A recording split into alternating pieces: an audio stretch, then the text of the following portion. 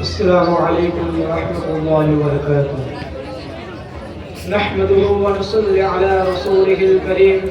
أما بعد، فقد قال الله تعالى في القرآن المجيد: أعوذ بالله من الشيطان الرجيم. بسم الله الرحمن الرحيم. لا يأتيه الباطل من بين يديه ولا من خلفه تنزيل من حكيم حميد. صدق الله العظيم. یا رب یہ التجا ہے کرم تو اگر کرے، یا رب یہ التجا ہے کرم تو اگر کرے، وہ بات دے زباں میں جو دل پر اثر کرے. ہر ابتدا سے پہلے ہر انتہا کے بعد، ہر ابتدا سے پہلے ہر انتہا کے بعد ذات نبی بلند ہے ذات خدا کے بعد. میرے محترم معزز سامعین اکرام اور عزیز ساتھیوں، اللہ جل جلالہ کا بے انتہا فضل و کرم ہے کہ اللہ پاک نے مجھے آپ حضرت کے سامنے کچھ کہنے کا موقع عنایت فرمایا ہے. میرے دوستو، میں نے خطبہ کے دوران جو آیت پڑھی ہے اس آیت کے علاوہ ایک دوسری آیت کے اندر سنت نبی صلی اللہ علیہ وسلم کے ہر پہلو اور ہر گوشوں کو اس کے تمام کمال اور جمال کے ساتھ ایسا رکھ دیا ہے جیسے کوزے میں دریا رکھ دیا ہو.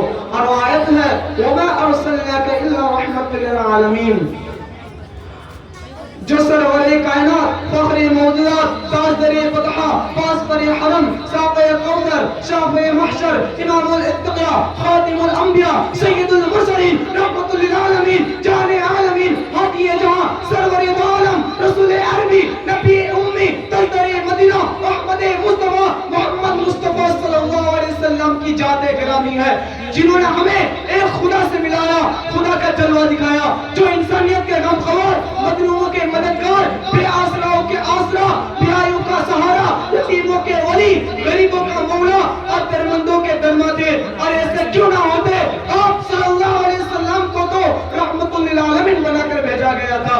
یہی وجہ ہے کہ آپ صلی اللہ علیہ وسلم کے احسانات پوری دنیا پر ہیں. لیکن آج افسوس کی بات یہ ہے کہ وہ مسلمان جو کل تک پوری دنیا کی قیادت اور پسمانی کر رہا تھا، آج وہ مسلمان بلوچی کی طرف کیوں جا رہا ہے؟ وہ مسلمان جو کل تک سمندروں اور ہواؤں کا اپنے تابع کیے ہوئے تھا، آج وہ مسلمان ذلیل کیوں ہو رہا ہے؟ وہ مسلمان قوم جس کی ایک آواز میں چرندے اور پرندے نے چند لمحوں کے اندر جنگل کے جنگل خالی کر دیتے تھے، آج ایک چونٹی بھی اس کے حکم ماننے کے لیے کیوں تیار نہیں ہے؟ جن کی صورتوں کو دیکھ کر کروڑوں کفار نے دین اسلام قبول کر لیا تھا، آج ان کی صورتوں پر دہشت گردی کا الزام کیوں لگایا جا رہا ہے؟ آخر مسلمانوں سوچو تو صحیح کہ اتنا بڑا انقلاب کیوں آ گیا ہے؟ کسی شہر نے کیا ہی خود کہا ہے مسلمانوں میں خون باقی نہیں ہے، مسلمانوں میں خون باقی نہیں ہے اور محبت کا جنون باقی نہیں ہے.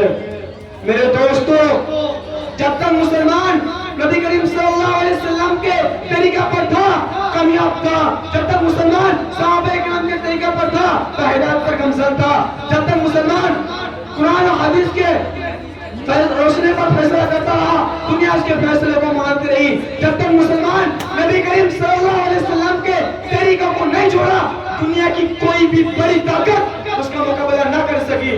یہی وجہ تھی کہ وہ لوگ جب دنیا میں تھے تو کامیابی کی زندگی گزارے اور جب مرے تو کامیابی کی موت مرے. اور جب مسلمان نبی کریم صلی اللہ علیہ وسلم کے طریقے کو چھوڑ دیں گے، قرآن و حدیث کو پاس پشت ڈالیں گے، صحابہ اکرام کے اتباع کو حقیر سمجھیں گے، قرآن و حدیث کے فیصلوں کو نہیں مانیں گے، تو بتاؤ یہ ہلاک نہیں ہوں گے تو کون لوگ ہلاک ہوں گے؟ یہ ذلت کے گال میں نہیں جائیں گے تو کہاں جائیں گے؟ میرے دوستو، مسلمان وہ نہیں جس کو حالت بدل دے، بلکہ مسلمان وہ ہے جو خود حالت کو بدل دے. میرے دوستو، آپ صلی اللہ علیہ وسلم نے فرمایا فتقوا الدنیا، دنیا سے بچو، لیکن آج مسلمان دنیا کے پیچھے پڑا ہوا ہے. میرے دوستو، آپ صلی اللہ علیہ وسلم کو دیوانہ کہا گیا تو کس لیے کہا گیا؟ آپ صلی اللہ علیہ وسلم کو مجنون بھی کہا گیا تو کس لیے کہا گیا؟ آپ صلی اللہ علیہ وسلم کو پاگل بھی کہا گیا تو کس لیے کہا گیا؟ آپ صلی اللہ علیہ وسلم کو سحر بھی کہا گیا تو کس لیے کہا گیا؟ آپ صلی اللہ علیہ وسلم کے جس ناٹہر پر گلادت ڈالی گئی تو کس لیے ڈالی گئی؟ آپ صلی اللہ علیہ وسلم کا سوشل بیک اپ کیا گیا تو کس لیے کیا گیا؟ آپ صلی اللہ علیہ وسلم کو ہجرت پر مجبور کیا گیا تو کس لیے کیا گیا؟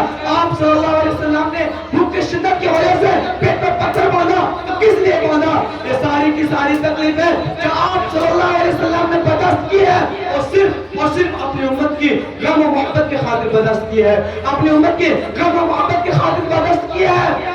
جس پیغمبر علیہ السلام نے ہمارے لیے اتنی تکلیفیں اٹھائی ہو، آج اس پیغمبر کا حق نہیں ہے کہ اس سے کبھی محبت کیا جائے، اس سے دل لگایا جائے؟